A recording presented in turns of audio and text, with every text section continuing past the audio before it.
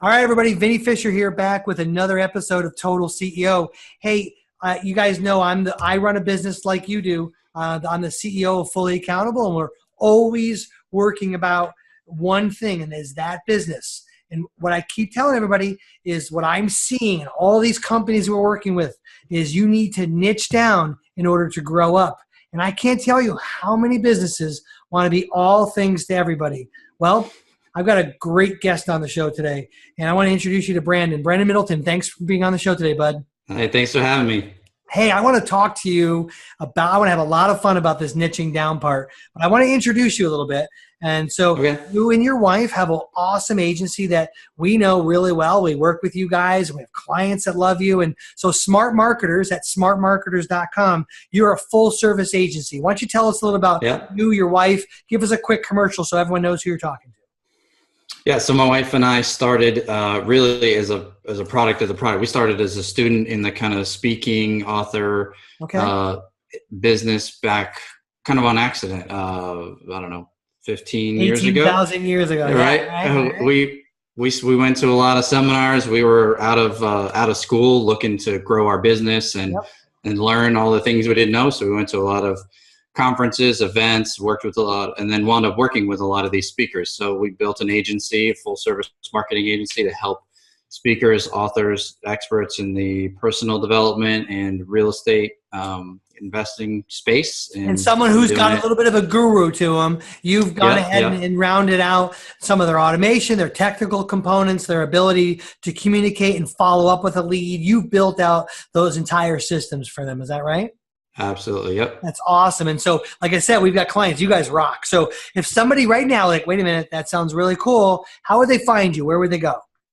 Yeah, just check out smartmarketers.com. There's all our contact info is there, or Facebook. I get plenty of messages on Facebook as well. So, all right. So for all tribe, if you're listening, you can just go right to smartmarketers.com. And if you're like wanting to look at that while you're listening or watching us, you can do that right below. There's a link. And if you're listening to us in our show, you just got to go type in smartmarketers.com and you'll find what Brandon and his lovely bride happens all the time are up to. And so I actually am more worried about her than I am you. And so, that's great. That's awesome. Hey, I want to talk a little bit about the agency later in the show, but I really would want to dive in right now about, a couple things. And you're the leader of that business, but you and Sam are up to something really cool. Can you talk a little bit about Middleton Methods? I want to hear a little bit about this. I want you to frame exactly what its first version is because you're doing it now. And then I'm going to hit you with a whole bunch of questions on that. But what is Middleton Methods? Sure. So after 10 years of really working day and night with our team, with all these different speakers and authors, and seeing literally behind the curtain of all these guru businesses, these speaker businesses, we learned how important a lot of people get hung up on my website or my marketing, should I use Infusionsoft or ClickFunnels? I get all hung up on all that other stuff. All the how-to stuff, right? Yeah, especially newer businesses like that, newer training businesses. They get hung up on that stuff.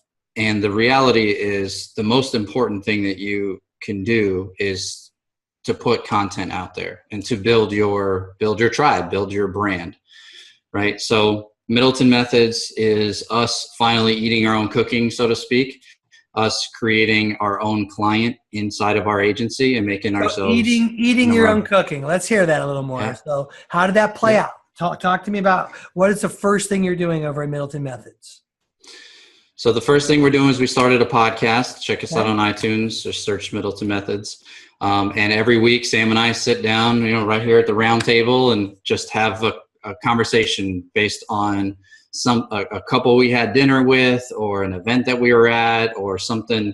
We have a segment called Middleton Madness where something crazy happens with the kids, or and we just share these things that real husband and wife couple go through, but from a perspective a lot of times we're talking about how that plays out in our business as our entrepreneurial life, because people always ask, like, how do you balance business and family and marriage?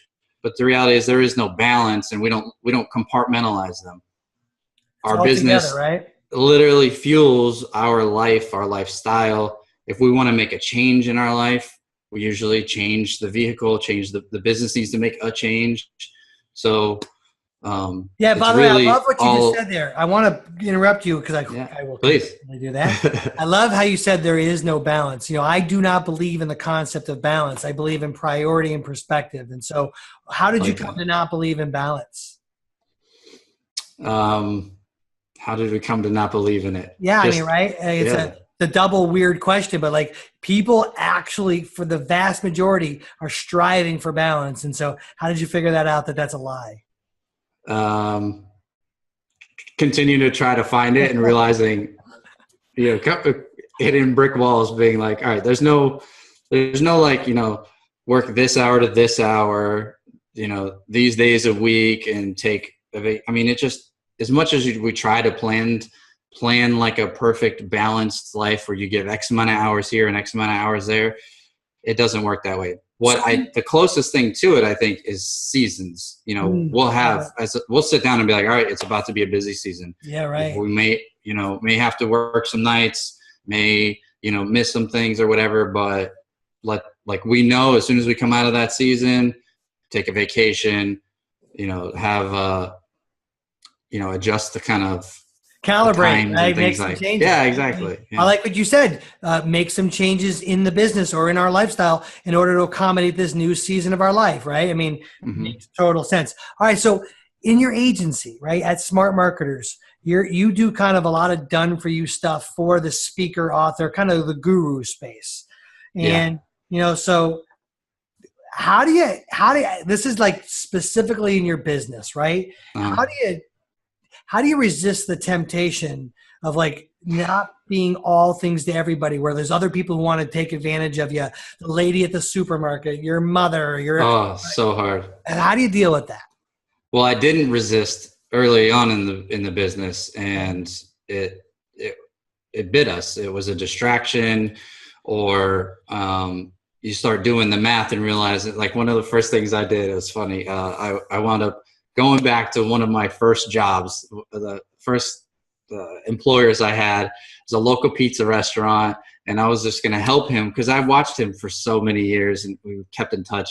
I watched him just kill himself. I mean, he literally is there all the time and can never scale the business, can never like get over this hump.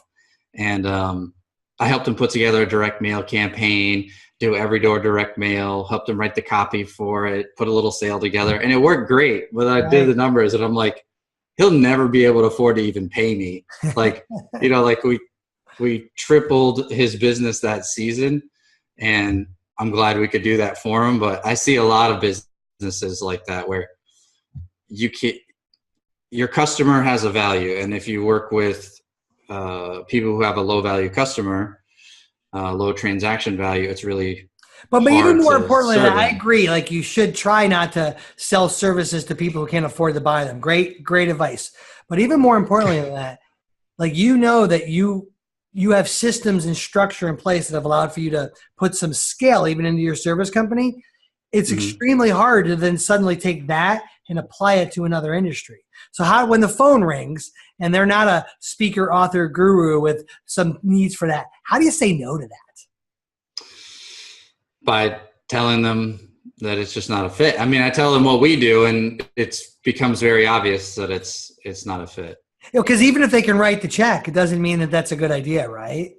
Yeah, and I actually spend more time unselling people on us than I do the other way around. Like, that's awesome. I get, because I want to help them. I want to help point them in the right direction. Because I know if I just tell them no and that's it, then they're just going to pick up the phone and call someone else who is willing to take the check, even though it may not be the responsible thing to do for that entrepreneur. So, I explain to them, I teach them a little bit, explain to them what they would need to have and what their expectations should be. And then if I can point them in the right direction of maybe a different person to hire, or maybe some work they need to do, or something they need to hire in-house first to get them a little further. Because then I know when the time is right or when it is a fit, they'll come back to me versus That's a great fact. I want to stop on that. So you said helping them realize they're not the right fit right now. I can't tell you how many times people come back, or what we find at Fully Accountable is we get referrals from people who don't even work with us. Use it. Yeah. They don't even work with us. And they're referring us. Hey, I heard about this great company. And so if you define who you are, audience, listen to what Brandon's telling you. Define who you are. People will work with you, or they will send the right people who should be working to you. And so you've got some great clients, by the way. And so I think that's a testimony. One, you're living up to your core promise, right? You're doing what you said you're going to do for them, but they know how to find you. You know how many times do you hear this from your client or people? Hey man, I just want to help people. Yeah. Oh, it's like it's like one of the most dangerous things I'm scared to hear from people. Oh, we just want to help people. Well, you can't help anybody, right? So how did you figure out how to tighten that message up? How did that finally come to you after those years of starts and stops that was your niche? With the speakers? Yeah. How did that come to me? How did you get there? Like, did you back into it? Like, let's get under the hood a little. How did you get there? Yeah. It may not be the most popular answer, but it's the truth. I originally it was really because I was passionate about that industry. Like I'm passionate about the continued education industry because that's where I got my bumps and bruises and figured out how to make, decent 7-figure business. And I barely got out of high school. Thank God for you. You married up. Yeah. Right. I'll tell you, that's good. So I'm just passionate about the industry, but I did waste a lot of time, in the early years, with people who, like you said, they didn't really have distraction. They were all over. Yeah. Right. Yeah. Yeah. So I started to realize, okay, well, cause our company actually was just a website company. Like that's all we did. Right? It didn't matter as long as you needed a website. So it was like a local insurance agent. Yep. It was, the company down the street. I actually remember going to one of our first big conferences back when there was like thousands of people that would show up to them. And this one woman was a speaker in the financial, she was a financial advisor. Yeah. Right. Yep. So a client to her is worth a lot of money. Sure. So she immediately saw our value higher than we were placing our value. So the more that just happened over the years, the more we were like, okay. But the funny thing was, the more that people saw our value, the more we wanted to pour more value, right? The more employees we hired to be able to increase our value, to be able to provide more and more services until eventually we were a full service agency. Gotcha. So, all right, you got a book coming out. How are you almost done? Is it ready? Is it the editor? Where is it at? We're about halfway through with the chapters. Sam writes her chapter, and then I have to write my blurb. And you're naming that book after your movement here, the Middleton Methods? Yes. Yep. Cool. And it's a he said, she said, mostly she said and corrected the he said book. Isn't that how it always is? That's awesome. I'm really excited about that. Now, is that going to be a journey in kind of the development space of maturing how, because my partner is my wife, right? And so I have business people that Chris and Rachel and Aaron, who I do business with, but my partner is my wife, right? When people say, who's your partner? It's my wife. She just doesn't work every day in my business with me. We made a partnership agreement that she's raising our 4 children at home while I'm out, foraging for deer and hunting and doing all these things. But you have a unique dynamic where your partner is also your business colleague as well as helping in the family. So let's talk about that dynamic. Like, people ask, I think, bad questions like, how do you do home and work? And I think in life, you just do life and there's no one or the other. Right. So what are the main struggles where your business partner is also your life partner? What are the struggles? What are some of the main struggles in that? Like, because everything has a thing, right? And so my main business partner is still Debbie. We just talk differently about it because she's not fielding client calls and she doesn't have to worry about getting emails out. And she doesn't have to worry about delivering a product. And she doesn't have to show up to the company meeting on Mondays and give everyone the vision rah-rah speech. but she's got to deal with me, who's got to come home with a whole bunch of baggage from that. So she's my partner, but you actually do it both during the day and at night. So what's one of the largest struggles you and Sam have to deal with on that? Just all the nuances of communicating. I mean, you know, you literally have to kind of figure out this like split personality where you're like, all right, I've got the husband cap on now, not the right. She does have to do it more like, I'm just talking to you as my wife. I'm not asking you to fix it in the business, even though those are business hours, but I'm venting. What are you talking about? So you're she's the had husband those that tries to fix things? I just, listen, man, I don't know what you're talking about. Yeah. That never happened right? in my marriage. I'm just a great listener. Why would I take the CEO in me and go home and try to fix it? Why would I ever do that? No, that's great. So all the time. Now I believe in this. This might sound offensive to people, but I've been the ordained leader of my home, right? So I'm the leader, right? So how do you who leads the business, you or Sam? It truly is both of us. I mean, I'm more of the face of the business. That's changed a little bit in the last year, I'd say. As Sam's been more present. She's the copywriter, so she's in more meetings and at more events. But I'd say I'm the leader in the business, but there's not a single decision that's made where we're not sitting down. Like we just finished our Monday morning meeting. Yep. You know, we kind of plan out the priorities together. We work through some of the challenges, decisions together consistently. No, but that's always I still believe the team has to know that it's following the lead of the coach, right? There's your teams don't have two quarterbacks on the field, right? So ultimately, at the end of the day, my team knows. But Rachel, our COO, she like runs the show. Like I'm more of a visionary, a little chaotic, kind of break things along the way. And so does Sam run the show and you kind of get to go tinker, or how does that play for you guys? Because you're a very systematic guy. So I wouldn't strike you as the Freddie Flintstone break it like I do type person. So I strike you as very systematic. Am I right about that? Yeah. So I come up with, well, I don't know. I really can't say that. We both have I have more of the strategy side of the creative, and she has more of the creative. So I'll bring the idea, then she'll help bring it to the finish line from like a message standpoint. So what rules do you and have then on I dating? go and I work with the team to get actually the stuff coded, or to make sure tasks are done and all that. So how does date night work? Do you guys sit there and talk about project management, or do you actually try to shut some of that off and have fun? Like, how does that work? We talk a lot about business. Yeah.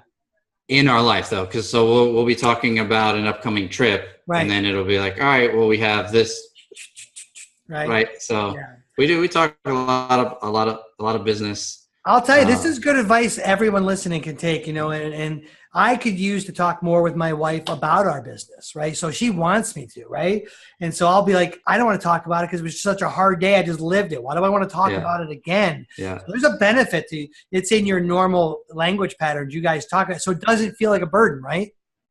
No, it doesn't. I hope when there are times, we literally just tell the other person, like I don't have it right now, and it's no big deal, and it works. So we'll use keywords, literally, like we'll hear where we just had that time together where we know, oh, okay, like Sam needs to vent, I just need to be quiet, or she wants to talk business, or I want to talk business, but the other one doesn't. We know tomorrow we'll be here and we'll have that conversation later. Well, Debbie's probably hoping I heard that last little bit of advice about be quiet and listen more. So probably be slow to speak, quick to listen would be good advice in my marriage. So thank you for giving wonderful wisdom to my wife. I'm like, hey, did you listen to this show, buddy? She had a lot of good things to say to you. So, one of the things that I'm hoping you write about in Middleton Methods is this dynamic of open communication. And I'm hoping we need more good foundational marriages hearing about open communication, but not just in marriage, like in business. Like the reason why Fully Accountable is so successful is every Friday, the executives, we kind of have like coffee roundup in the morning, forgetting our full company meeting. We have a staff of over 50 people, right? I'm talking about literally just the four of us grabbing a cup of coffee and having open communication. And so, that's important. And so I don't know if that's just naturally part of your life, but I'm hoping that wonderful book, Middleton Methods, talks about taking that lesson and bringing it back into business, because not every business has a couple in it. Do you even know the stats on that? Like, are you like in a major minority? Like, have you ever looked up how many businesses have a husband-wife dynamic duo? Do you even know?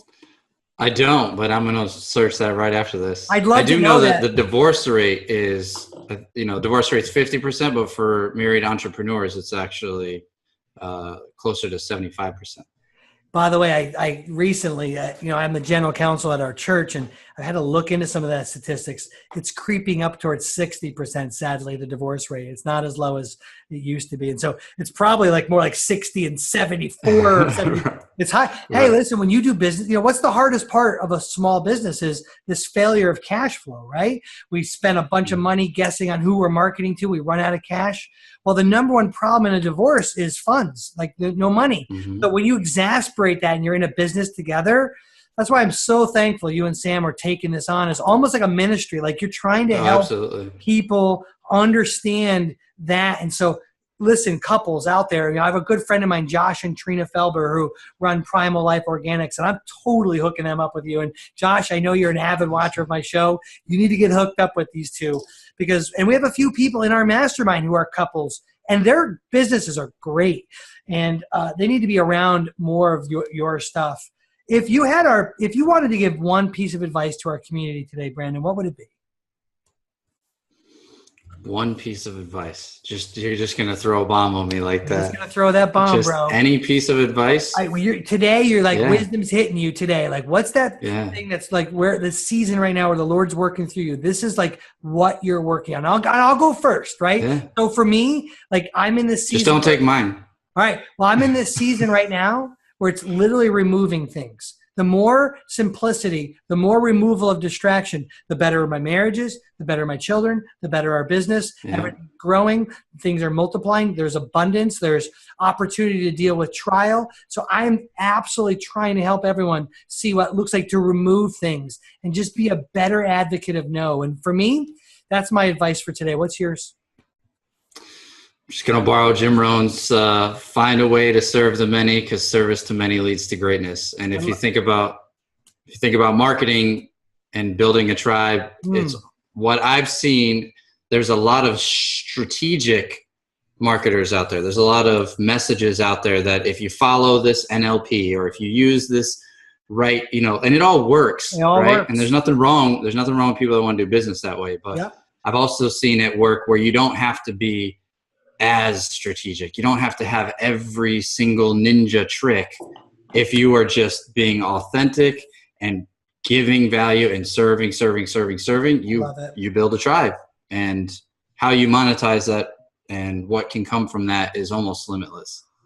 Yeah, I do still believe that, the more you can identify who you're trying to serve, the more you're going to be able to serve other people. So I do love that your Middleton Methods has a plan, at least a loosely scratched one up right now. Yeah. At least it has a plan. And, here at Fully Accountable, we are going through I wouldn't say a massive pivot, but in my mind it is, we want to impact 100,000 businesses to double in size. And we're doing a great job on the ones we work with. There's no way I'm going to get to that many. So we're adding a whole nother piece to our company where we're building the Trusted Advisor platform. It's a program to equip accounting professionals who already have the job that we're kind of fighting to have. And because we're doing that, we're doing exactly what you're saying, Brandon. We're dripping out content. I'm going to start writing a book. I'm advising people how to do it. I'm helping our people internally do it. And by doing that and speaking it into action, we're watching our business double in size in front of us. And so have you thought about doing any of those types of practices? Like what's going to happen with the agency? Like, are you trying to help your team think bigger about bringing on more personal development, build up more agencies that do it? Like how's that going to play as you continue to invest in serving the many? Have you thought about that? How the agency will evolve? Yep. Yeah, funny. As soon as we made the decision and really committed to it, the end of last year, we've already started to attract a different type of clientele. Right, and so the clients that we have, we made necessary adjustments, and it was a win-win on both sides. So good for you. I see the agency as working because we were very, very niched in real estate. It was like 90% real estate gurus for years.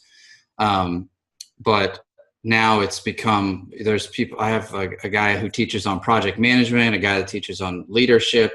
These are all, they're not agents, they're not clients yet. I'm just serving them. I'm making sure that I can take an hour and just point them in the right direction as their business continues to grow. And I know that. What do you mean? Hold on a second. Brandon, hold on. Give first and expect nothing in return. Yeah, you guys are great at that. You guys are great at that. Yeah. That actually works? That works beautifully. Wow. Hold on a second. You're telling me you actually give your time away. You give people all this stuff and not expecting anything in return, and your business is growing. Yeah. That's what you want people to believe. Yep. Wow. What's the hardest part of that? The hardest part is when it doesn't work that way, because I think we're all human. Some of us are at different stages in our life and have different stuff going on, and people can be selfish and take shortcuts or not see the bigger picture. And it's kind of disheartening, but forgive them, for they know not what they do. So Oh, well, you went big on that one right there. Hey, it'll come around. I want to help people know. So if they want to find both of you, they can go right to smartmarketers.com. As you build out your own brand, they can go to middletonmethods.com and see that. What if someone aligns with this and they're a perfect guest to have on your show? Do they go to Middleton Methods for that, or where do they go? Or do you have guests, or is it just you and Sam? We actually do have guests. We've got about 9 just awesome couples and really cool stories coming up. So if there's a couple like this, Zeke and Melanie DeRose, or Josh and Trina, are they people? Are you trying to get more couples on your show and get under the hood of their life and their business? And yeah, absolutely. All right, cool. Well, if you're one of those, just shoot me an email, Brandon@MiddletonMethods.com. All right, cool. That's awesome. And if they stumble through Smart Marketer, you don't care if they go through Smart Marketers either, right? It's either way they get to you, as long as they get to you, right? Right. All right. Well, Brandon, this has been a really fun show, and thanks for having me. All over the place. And so I'm really looking forward to the book. If people want to learn more about your real estate accolades, they can learn about those things. But I love what you and your wife are up to. And listen, if you've got a business partner already and the life partner you have, pay attention to these two, because both can happen. It doesn't have to be one or the other. I'll tell you a fun story. Our COO, we just brought her love mate into the building, and we're just joking with her and teasing her. But, they're working out that dynamic, and they were afraid out of their mind to bring both of those together. So I'm going to push them over to watching the stuff you guys are up to too. Brandon, thanks, bud, for being on today. Really. Thank you. Thanks for everything that you guys are doing at Fully Accountable as well, and everything that you do. I appreciate it. Appreciate that, pal.